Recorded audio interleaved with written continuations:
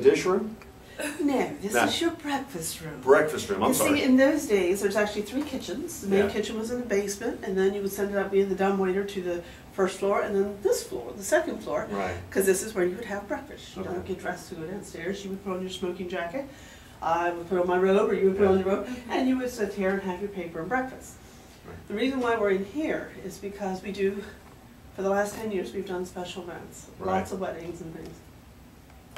One lady called, and I just had an uneasy feeling about her. Right. And in a nutshell, when she came, I got a very bad vibe about it. She asked me if it was haunted. Right. Having had a bad experience when I admitted yes it was with another lady, Lord forgive me, I said, why no? Of course not. And I heard a great big boom. Right. And she asked what that was, and I said, well, my husband's working in the house, which was true, but he wasn't up here. He was down in the basement. And so I was like very curious. I had a very bad feeling about her. So I cut the tour short, and when I came flying up here to find out what it was, I came in here. My husband put those sconces up, and he definitely knows how to handle a drill and all that fun stuff.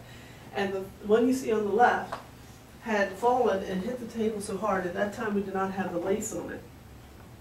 And it hit so hard there's a nick in the table over here. Right. Not a gaping hole, but it's enough that you can see the damage. Wow. But this is the thing. It should have, logic tells you that if it fell, the scarf should have been in a pile there. It wouldn't go sideways down. The scarf, that scarf was on the floor, but the scarf was fanned out over the chair and over the floor.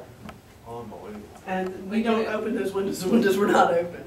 So it fanned out dramatically? It fanned out just like you would like a wedding gown? Exactly. With a chain? It just fanned out like somebody was pulling it out and fluffing it. Wow. So I took that as a sign, and I don't say it's not haunted anymore. I don't say it is. I always say, if it is, it's by somebody really cool. Exactly. All right. And so far, so good. On to the next. And when we have events, many times we have large wedding parties. In fact, that, seems to be the trend. So we let them dress here and we use the other rooms. Okay, gotcha. So that's why you don't really see a whole lot in here, because usually there's a lot of stuff, tables and all that.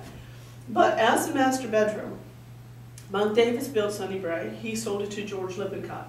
And George is of the Philadelphia area, and he had a factory down here, and he would use this as a pit stop on his way down to visit his factory. Right.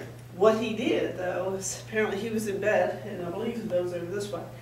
He saw the dresser go straight across his room. And where was the dresser at? It was on this side. I want to say it was on this side and went across to that side. My husband's the one that actually heard the story from Alan saying it. But he said ever since then that he would not stay here. Wow. So what do as a loving father? He passes Sunnybrae down to his daughter. Since he thought it was haunted. Yeah, he won't stay here, but he gives it to his daughter. Wow. And she and her husband, Leonard Elfreth, raised their family here, and Alan is their son. Would you say this floor is had the most activity? Talking to the previous owner, it did. It's the third floor. It's the third floor has had the most activity. Okay. For us, it's probably more the first floor and this one. Okay. But there has been quite a bit. All right. I want to see where the guy came out of the walls. This is where the butler came out of the wall? Yes. Awesome. We named it the A.I. DuPont room. Okay. Not that it was a DuPont mansion, but that's where the money came from when Monk Davis retired from helping being a lobbyist for the DuPonts.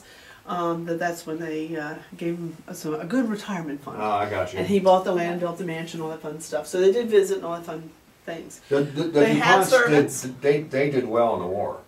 Yes. Very well. Yeah, with the gunpowder. And anybody that was helping them also did well. Yeah. So he had a lot of servants. Right. And so what the lady mentioned was that she would see this gentleman with a white towel, dressed in black with a white towel here, that he would come out of the door, or out of the wall, I'm sorry, and then of course this wasn't here then, and then would walk straight to that window. Right. Look out the window like he's looking for somebody to see what guests are coming or whatnot. Right. That's the front door there. Yeah. Yes.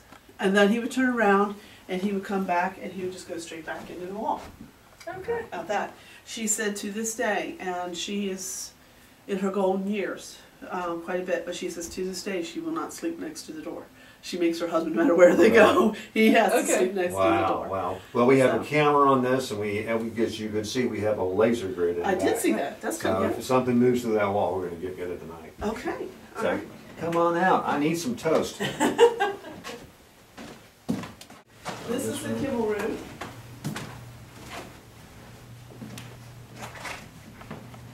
And we had some, every now and then we'll have celebrations, birthdays and things of that sort.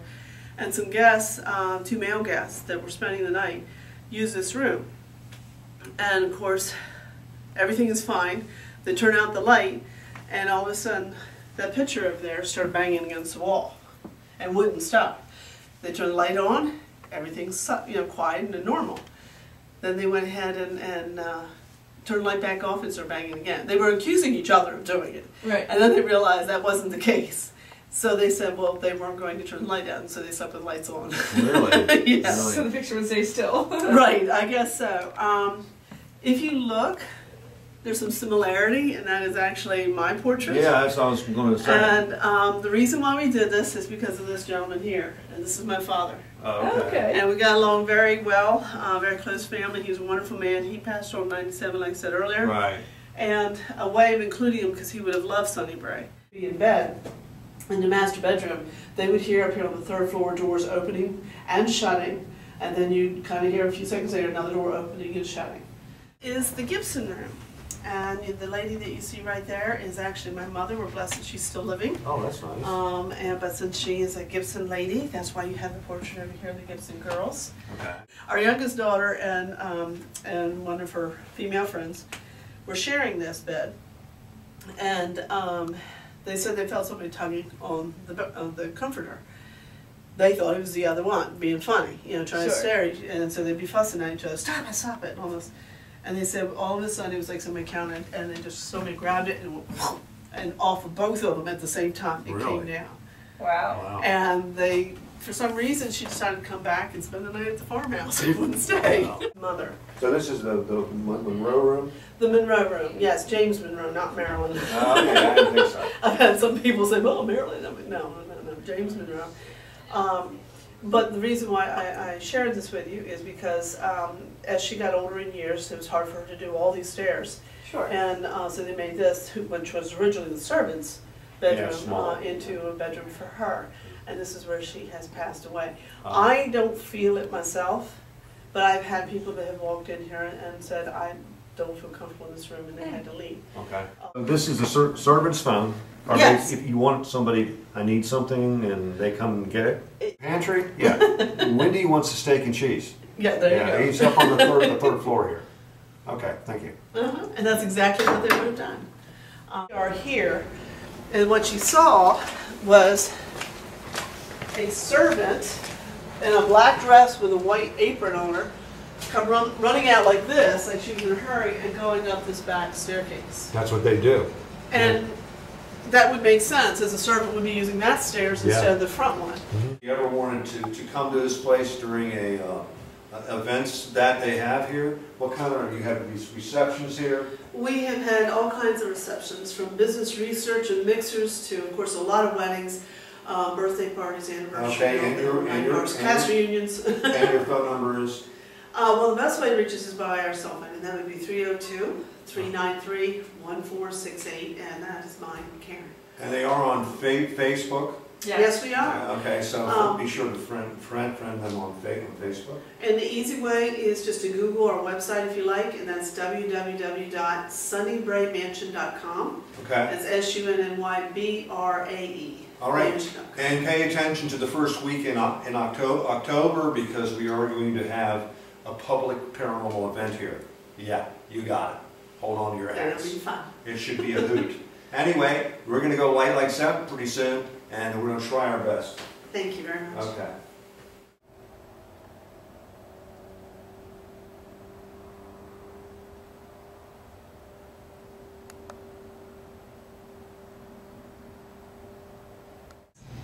Five 5.2, 5.3, Wow. 5.0. I hear something downstairs.